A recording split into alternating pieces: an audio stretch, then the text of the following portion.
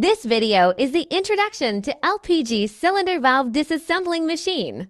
This equipment is mainly used for 5 kilograms, 15 kilograms, 50 kilograms LPG cylinder valve disassembling use. The equipment is mainly composed of frames, explosion-proof motors, control buttons, and air cylinders. The power of the lifting motor is 1.5 kilowatts. The power of the rotating motor is 3 kilowatts. And the air pressure is 0.6 to 0.8 megapascals. This equipment can reduce labor intensity and can effectively improve the efficiency of disassembling valves.